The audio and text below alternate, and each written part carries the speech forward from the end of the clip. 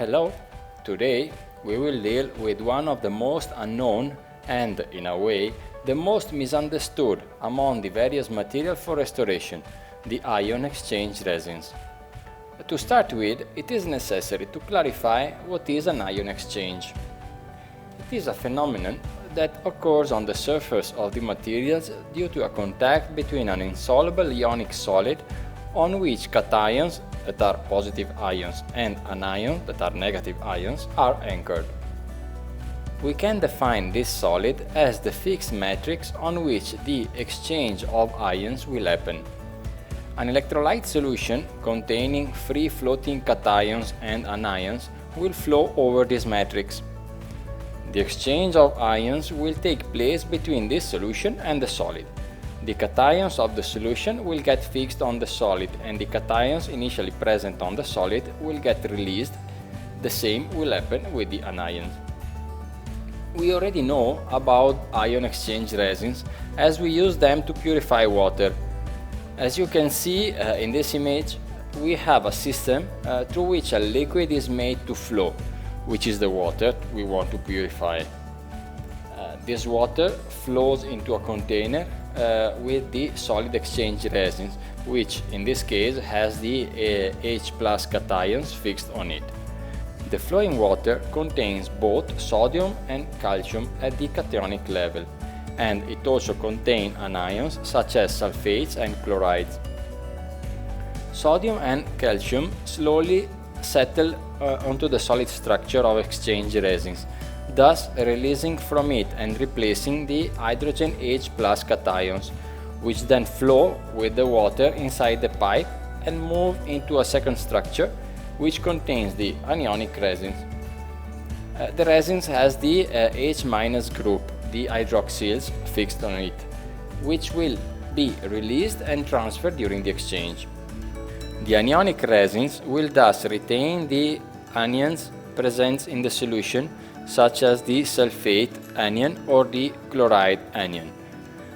Consequently, all the cations and anions that were initially present in the solution will be blocked on the exchange resins during the passage. And so, what is the end result? Inside the water we will have free cations H+ and the hydroxyl anions OH-, which will immediately bind with each other according to the well-known balance to become H2O or water. One problem that presents itself to us in the technological transfer from the water purification sector to the restoration sector is due to the physical form of these exchange resins. They are in fact produced as granules, as you can see in the image. These granules are not suitable for application on a surface like a fresco, a wall painting, or a stone element. Therefore, for restoration, the exchange resins are specially produced in a very fine powder form, which can be mixed with demineralized water and it can be added to other substances and spread on the surface to be clean. Some natural substances already possess these properties of ion exchangers, but nowadays polymers are in use. In our case, this is a styrene divinylbenzene polymer with a complete insoluble cross-linked structure, having a limited expansion capacity that contains active groups with the ability to exchange cations and anions. Both cations and anions have their preferences in coupling. For example, for the cationic resin where sulfates or carboxyl groups are present, a certain force of exchange will be present. And the same thing will happen in anionic resins, where normally amino groups are used. Some groups will have a stronger exchange action, while others have a weaker one. We can therefore subdivide the resin into strong exchange resins and weak exchange resins. Exchange resins are also selective. Let's see what this means. It means that they preferentially block certain anions and certain cations. In the case of cations, we have the following order. Barium is retained more strongly than calcium and magnesium. The cations that are less retained are potassium and sodium. For anions, on the other hand, the order is as follows. The anion most strongly blocked in the exchange resin is sulfates, followed by nitrates and by other anions up to fluoride, which is the anion that is least strongly blocked by the exchange resin, even less than the hydroxyl OH-. Just by looking at this order, we can imagine the uses of exchange resins. On the case of a barium salt formation on the surface, for example of barium carbonate, where a treatment with barium hydroxide has been done, the cation exchange resins can be the solution to the problem of whitening. The other thing that comes to mind is surely the action of the exchange resins on gypsum. The calcium of the gypsum is strongly retained, only the barium exceeds it in this ranking. While on the other hand, the sulfate that composes the gypsum is the anion that is most strongly blocked by the exchange resins. This means we can operate on a surface contaminated with gypsum or where the gypsum has been used as a binder. We can do a coating where we can apply both the cation exchange resins and the anionic resins, or we can even mix them to simultaneously remove calcium and sulfate. The whole discussion starts with the problem related to the presence of salt inside the walls, and in particular inside the plaster of the wall paintings. We already know that the removal of certain salts can take place through aqueous compresses, where the demineralized water is kept in contact with the surfaces, and slowly these salts are extracted and eliminated by solubilization of the salts, and then by evaporation towards the surface of the compress. The action of aqueous compresses involves the risk of moving the salts that are in the deeper layer. It may be necessary to make a desalination pack on the surface only, and often the ion exchange resins are used for this purpose. In fact, putting the salts in motion with the application of a lot of water causes cyclic crystallization, and crystallization can take place inside the pores of the concerned materials. This phenomena can occur even with a moderate quantity of salt if it is concentrated in certain areas. The most dangerous salts are certainly sulfates, even if usually, for example on coastal areas, we find chlorides as the main pollutant of a stone surface or a plaster. 1% represents more or less the dividing line between the acceptable and the excessive concentration for chlorides and nitrates, while for sulfates this quantity rises to 2%. Crystallization occurs through various phases. It starts with nucleation, where the first microscopic crystals are formed, which can then evolve in two directions. There might be further nucleation and increase in number of these crystals with the formation of many crystals. However, always of a small size, which is normally associated with an opacification and a whitening of the surface, but not with the mechanical damage. The other possibility that happens in the case of a very slow changes in the environment, when passing from a situation of high humidity to a drying one comes about in a very slow and progressive way. The first nuclei starts growing and becoming larger crystal as compared to the first small ones that are formed. These large crystals lead to the collapse of the walls of the pores and cause the breakage of the surface. If this happens, even inside a healthy stone, imagine how much more destructive this phenomenon is when it occurs inside a degraded mural painting. we must always take into consideration the different solubility of the salts. In this table, you can compare the solubility of gypsum as against those of salts which are insoluble and others which are slightly insoluble. See how gypsum has an intermediate solubility, which we can take as a reference with a value 1. And then we have calcium carbonate, which is much more insoluble.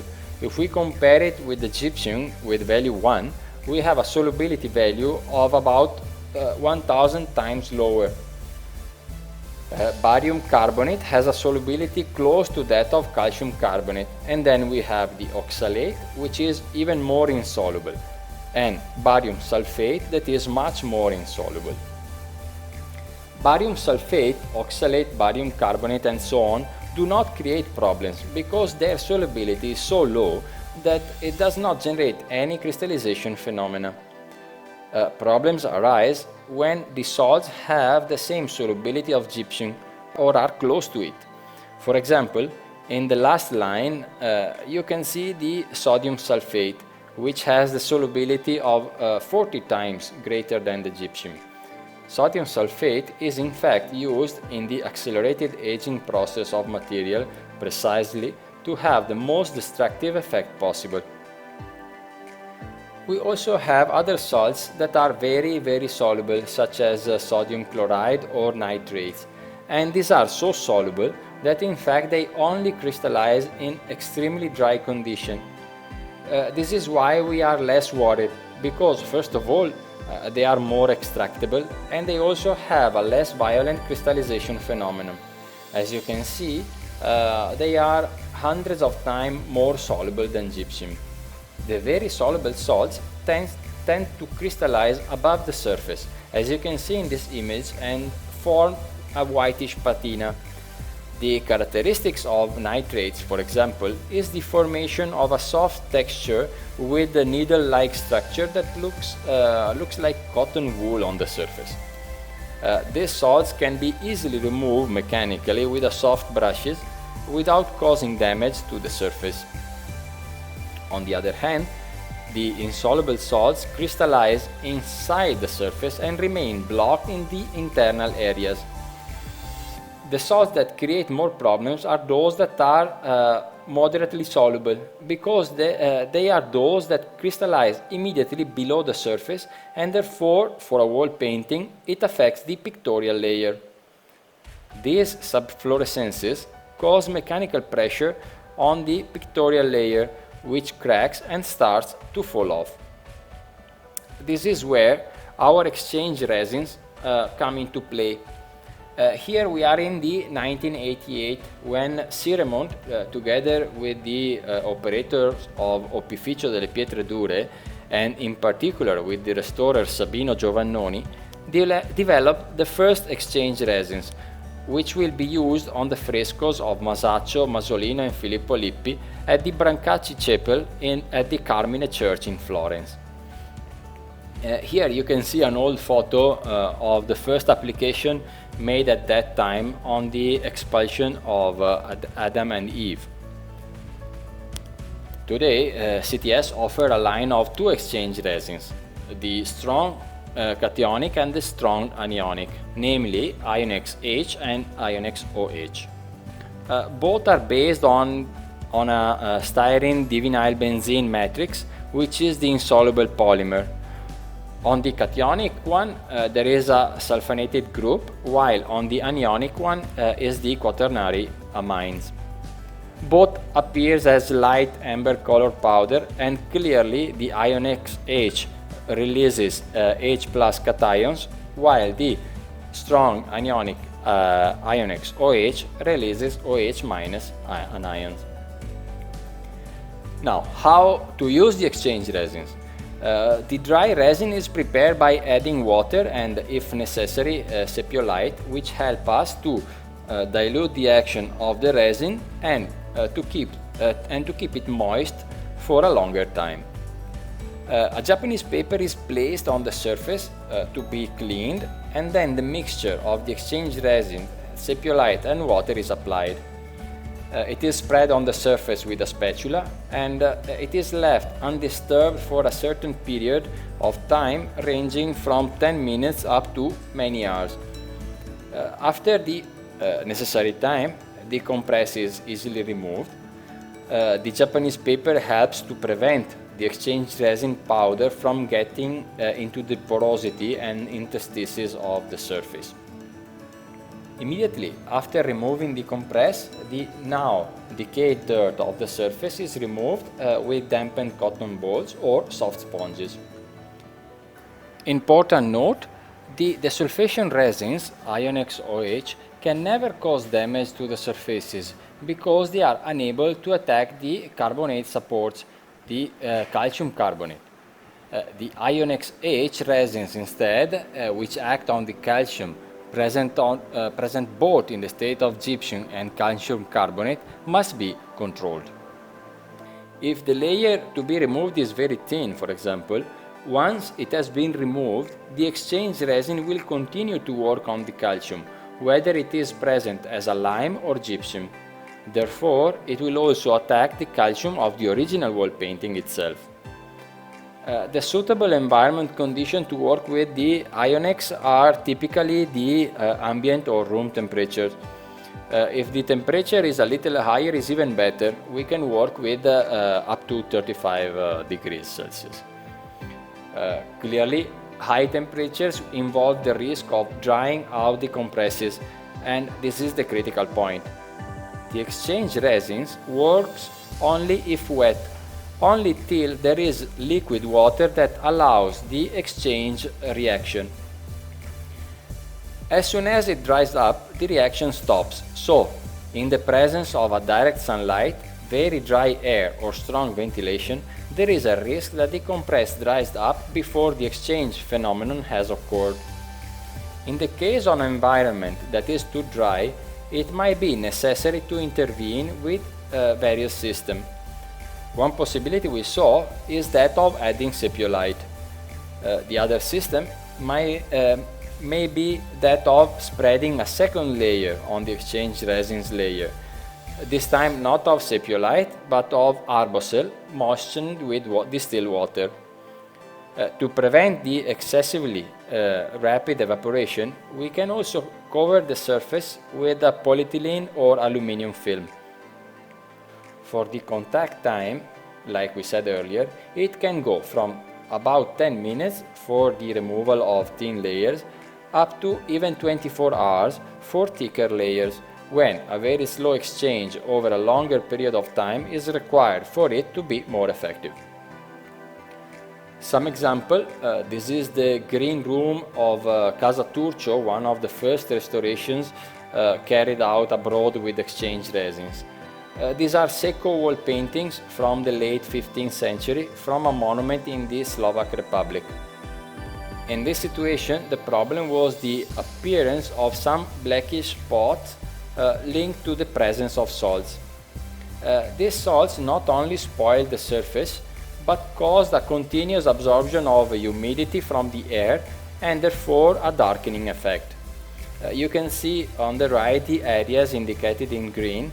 These are the areas in which the first compresses with exchange resins were applied using the Ionex OH, the strong anionic resin. Here is another example showing the work before and after the treatment, always with Ionex OH. The salts present in this situation were sulfates. Clearly, as you can see, a certain halo remains on these surfaces.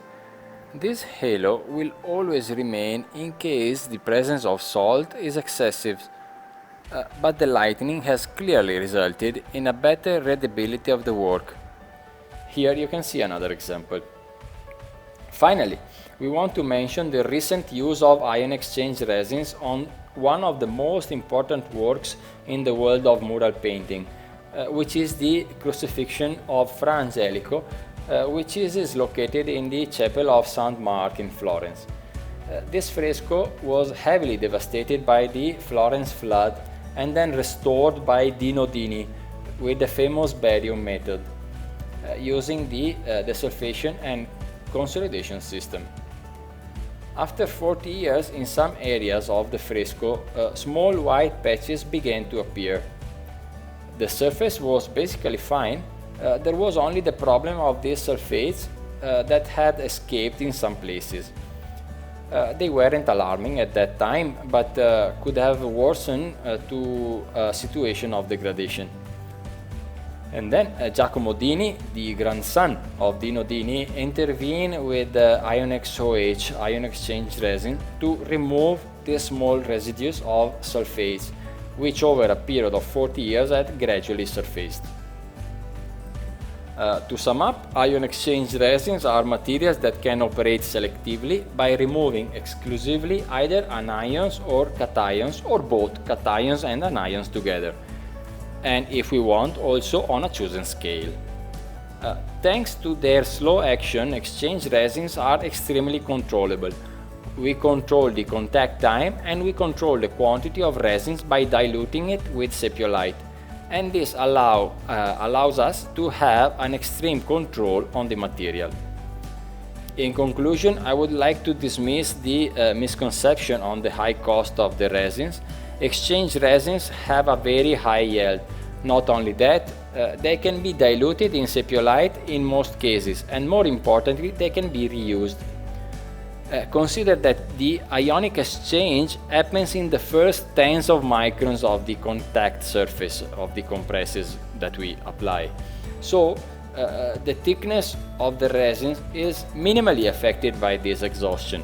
Only about, let's say, 10, 20, 30 microns of exchange resins that is in contact with the pictorial surface will actually carry out the exchange and will deteriorate. Then it is possible to reuse the resin, re-add demineralized water and reapply it on the surface. This will limit the cost enormously.